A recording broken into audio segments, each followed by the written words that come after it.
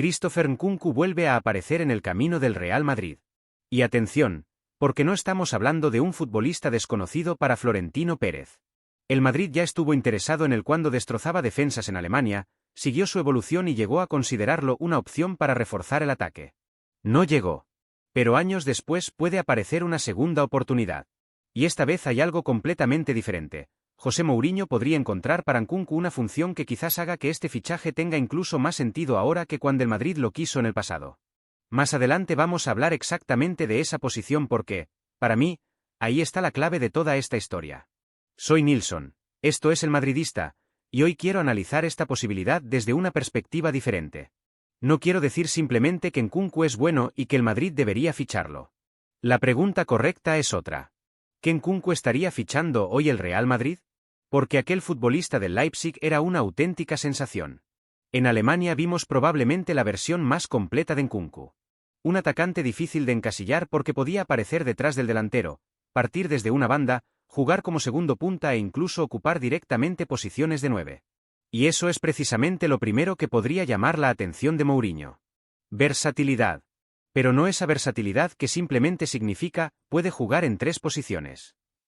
Hablo de cambiar su función durante el mismo partido. Imaginemos a Nkunku empezando detrás de Mbappé. Cuando el Madrid inicia la jugada, puede aparecer entre el centrocampista y el central rival. Si el defensor salta para perseguirlo, abre un espacio. ¿Y quién puede atacar ese espacio? Mbappé. Pero si el central decide quedarse atrás para controlar la profundidad, Nkunku puede recibir entre líneas, girarse y atacar de frente. Ahí aparece el primer problema para el rival. ¿Quién lo marca?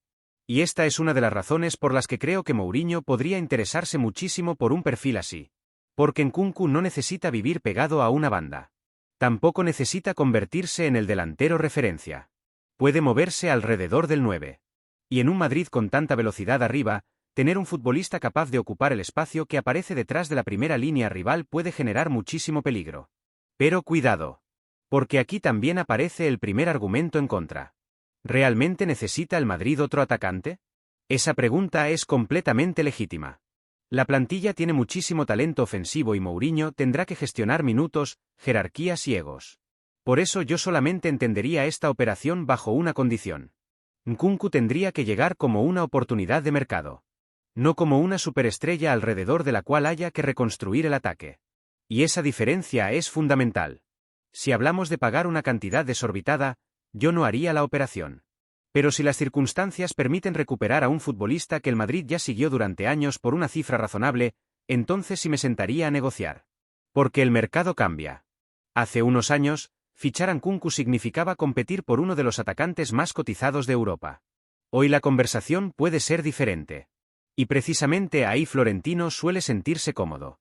Comprar cuando aparece una oportunidad. Ahora bien, existe otra cuestión. Las lesiones. No podemos hablar de Nkunku ignorando lo que ocurrió después de salir del Leipzig.